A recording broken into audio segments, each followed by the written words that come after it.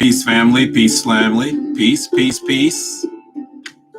It's good to be here with you. I'm going to start in just a moment.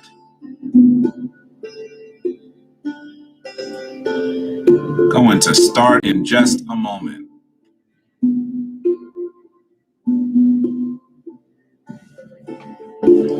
I'm pleased that you're coming in. Certainly, this is a topic that needs to be addressed. A topic that is of critical importance. And I'm truly hoping that we are all prepared to deal with, to address these issues in earnest.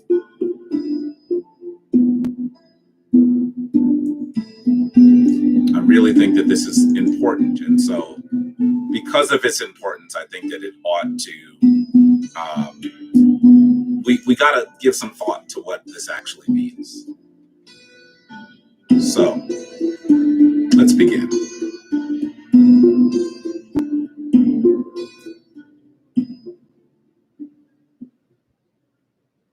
First, let me say to you, I'm not planning on being here long talking about these issues, but I do want to say to you that there have been a number of things that have occurred that are quite concerning, that I'm sure that you are aware of. I really need to say to you that first, let's begin with the allegations, and the arrest and the subsequent arrest of Brother Polight. It is so important for us to acknowledge that the charges that have been levied against Brother Polight, and in fact his subsequent arrest, are very serious. They're very serious.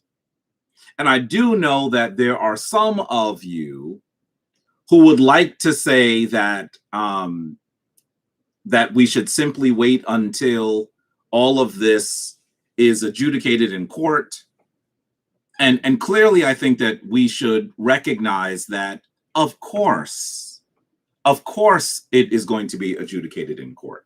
Of course it is. Of course, this is something that is so serious, that the allegations are so vile that they will be adjudicated in court. It is not our role to convict Brother Polight before that occurs. However, I'm going to say to you, when the allegations are as serious as they are, we need to take them seriously. And in taking them seriously, I think it should be pretty clear that we should expect Brother Polight to be on timeout. At the very least. At the very least, he needs to sit down and not do the things that he'd been doing. I think that I've been concerned by some of there's only one way to call it, flossing that he's been doing on social media during this time. I will say to him, as someone who I know, that I'm aware that it is not smart for him to talk specifically about the actual situation that occurred, the things that led to his arrest. But I am not aware of an attorney that would say that you should not say that you are innocent. And I think that that is what I need to hear him say. That is what we all need to hear him say. I didn't do this. I'm innocent. That's it. You don't need to go into details. That is what needs to happen. And in at least the videos that I've seen and the images and the things that I've seen him put forward, I have not heard him say that. I do not believe that your attorney would say that you should not say that. And so that is something that he needs to do. The allegations that he has had inappropriate contact, and including inappropriate sexual contact of a sexual nature with a young lady, a girl who was underage, is really, really serious. Having said that, I have to say that some of the folks who are talking about this are using this moment to do what they think is running up the score against practitioners of Comedic spirituality and those people who are in the quote unquote conscious community. And I want to say, if you're truly concerned about a young person, if you're truly concerned about what has occurred, That is not an appropriate thing to do. This is not a time. This is not a time for you to simply say that this is about those people who have issues with the Bible, that these are about those people who are part of the Comedic tradition. And I think that that is what I'm hearing a lot of people say. I want to be really clear that the Comedic tradition is the one that has, in its earliest stages, viewed the role of sisters, the role of women, as virtually egalitarian with regard to the relationships between the genders. That as we look at the way, the manner in which those ancient practitioners viewed women, they looked at women as their equal, or even in some ways primary to men. The first deities that you're going to see in Kemet, deities so ancient, of so advanced age that we no longer have their names, we are going to see women. And in fact, you have probably heard me on many occasions cite one of Kemet's most important texts, the text known as the Maxims of Ptahhotep. In that book, which is the world's oldest complete book, you will actually see that the first of the maxims, the first of the 37 maxims that this wise man puts forward, is that we should not be arrogant with our wisdom. He's speaking to a young man, you should know. Do not be arrogant with your wisdom. The greatest knowledge is found amongst the women who toil at the millstone. Those women who are doing backbreaking work, difficult work. Those women who would have been considered working class women. Women that are not of stature. He said the greatest virtue, the greatest wisdom can be found amongst those women. We recognize that when the image of the divine is created, is rendered in these ancient African traditions, we see just as much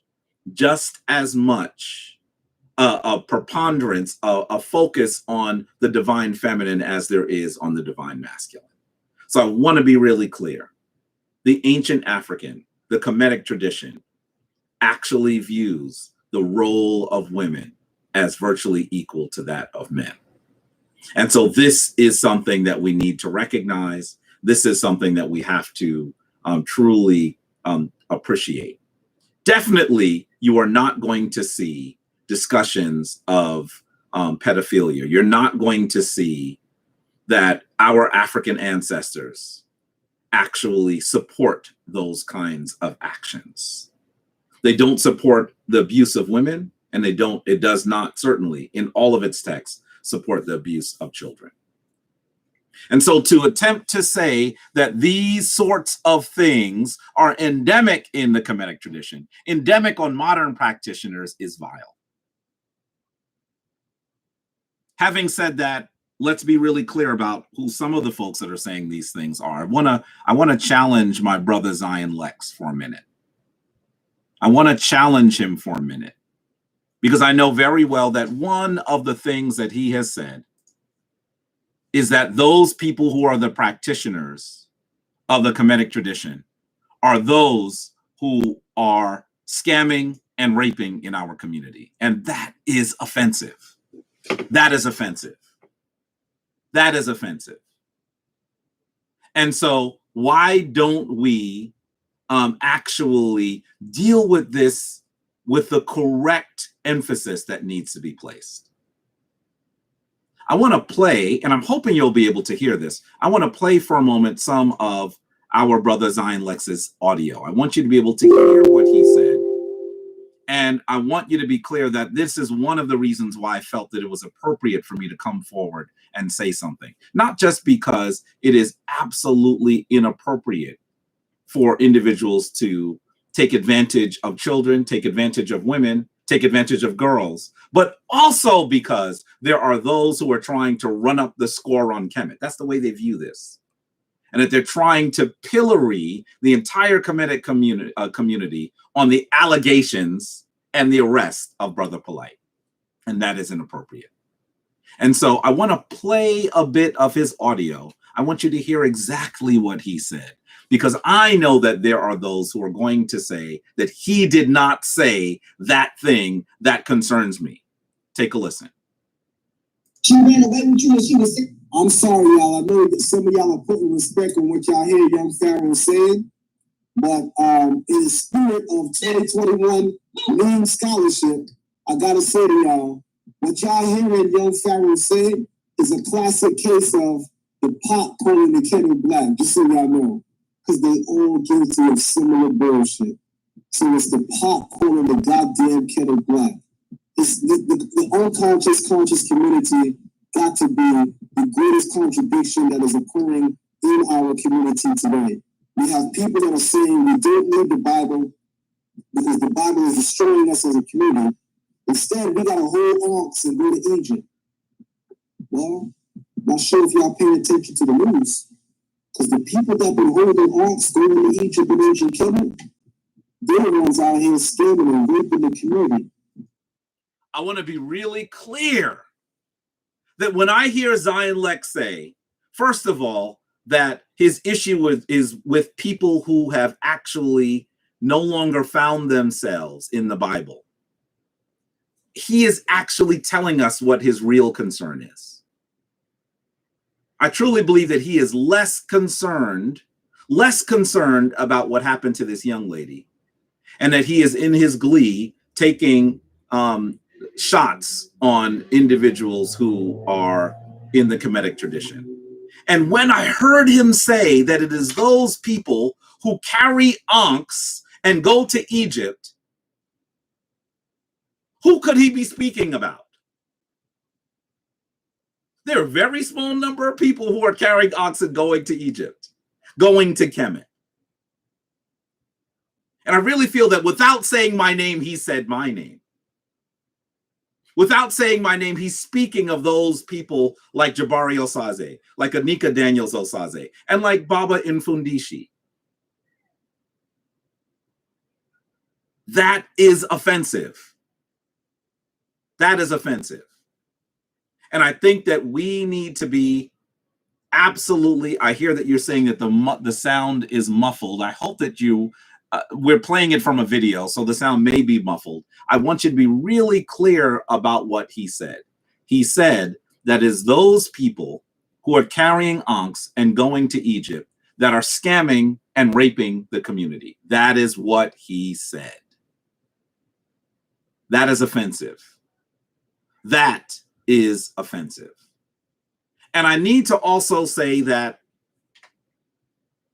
without going into too much detail, I know that one of the elders of our community approached Zion, spoke to him about this, let's call it an error at this point, that spoke to him about the fact that he said something that vile. And Zion said he would correct it the next Monday. Well, this was actually, today is Tuesday. It's been more than a week and there's been no correction. It's very clear that what his attempt is to pillory, is to sully, is to insult the entire Comedic community. And you should know that if that occurs, Zion, you have to deal with me. You have to deal with me. I'm the one carrying the ankh and going to Kemet. Are you saying, are you implying, are you insinuating that I am one of those people who is scamming and raping? Is that what you are saying? If that is not what you are saying, I'm giving you an opportunity once again. You didn't take the opportunity in the last week. I'm giving you the opportunity again to correct your misstatement. That's what we need for you to do. So in closing, I told you I wouldn't be on here very long. And I see that some of you are saying that I should be doing lives more often. And I'm going to say to you, that is my intent. I will be speaking to our community much more frequently in live videos on Facebook, on YouTube, and on Instagram. I intend to do that. particularly as one of our elders has now become an ancestor, as we look at the void that is left by Baba Ranoko Rashidi, who really did a lot in our community. I really do believe that there's a void that's left by his absence, by his transition on the internet, in social media. And hopefully there are those like myself and others who will try to fill that void, so that you'll get, you'll have discussions on important things. I'll show some of the images of the artifacts that I have seen in my travel. Certainly they will not even begin to rival those that were shared by our now new ancestor, Ranoko Rashidi. But definitely I think that there needs to be more done in that regard. So in closing, let me say to you that we need to refocus our attention on this child. Because whether Brother Polight did what he is alleged to have done or not, this child is in jeopardy. This child is in crisis, and we should be concerned about her. I know that her name has not been released in the public, nor should it be. But why is there, I have not seen, and perhaps I'll end up doing this myself. I haven't been in the fray, but now I'm in. I haven't seen, for example, a GoFundMe, for example, to assist with her education, to assist with even the inevitable need for crisis counseling, for psychological counseling that she will need. Whether that has been alleged was done or not, we are seeing a child in crisis. That's where our effort should be. Not on scoring points on Kemet, not on insulting individuals who clearly had nothing to do with this, like Sonnetter. What could Sonnetter have done if Brother Polight's alleged actions are correct? They are alleged to have occurred in a hotel in Miami. Are you suggesting that Sonnetter was there as well? That's ridiculous. It's laughable. In fact, it's insulting. And so I want to say that those people who are seeking to score points on the Comedic community, on the Hoteps, shame on you. Shame on you on using the calamity of a child to score points on your enemies. What kind of people of faith are you to think that this is the time that you should do that? Let's be concerned about this child. Let's recognize that these allegations are very serious, and Brother Polight needs to address them in a more fulsome fashion. And let's also recognize that folks, and I'm going to say his name, Zion Lex is my brother. Let's be clear. He's my brother. Folks like Zion Lex who are saying things that are really sloppy, I'm going to at least say that what he said was sloppy until I hear more. Need to be more cautious about the words that they're saying. This is not about coming away from the Bible. If it was, then why is it that the folks that are recorded as pedophiles most are those who are adherents to the Bible? That makes no sense. This is not about spiritual traditions. This is about actually doing things that are absolutely absolutely reprehensible, and the entire community should address it. So with that, let me say peace to you all. I see so many of the folks that I speak to regularly, so many of the folks that I respect in the chat. Let me say peace to you. I see so many of you. I think I saw Mr. Morpheus in here. I see Black Ace in there. Trust me, there's no way that I'm going to mention you all. I see Bonetta Sutton in here. I see Elemental Vibrations with an Anken Ma'at. Anken Ma'at to you. I see so many of the folks that I have spoken to about these issues in the room. And I want to say, let's put the focus back where it needs. Virgo Venom. There you go, Virgo Venom. Wonderful. Let's put the focus back where it needs to be. And let's continue to move forward in peace and power. Shema Matep, go forth in peace. This is Brother Jabari, adherent of the Comedic tradition, saying that we need to do what is ma'atical, and we need to do what is correct. Peace to you all.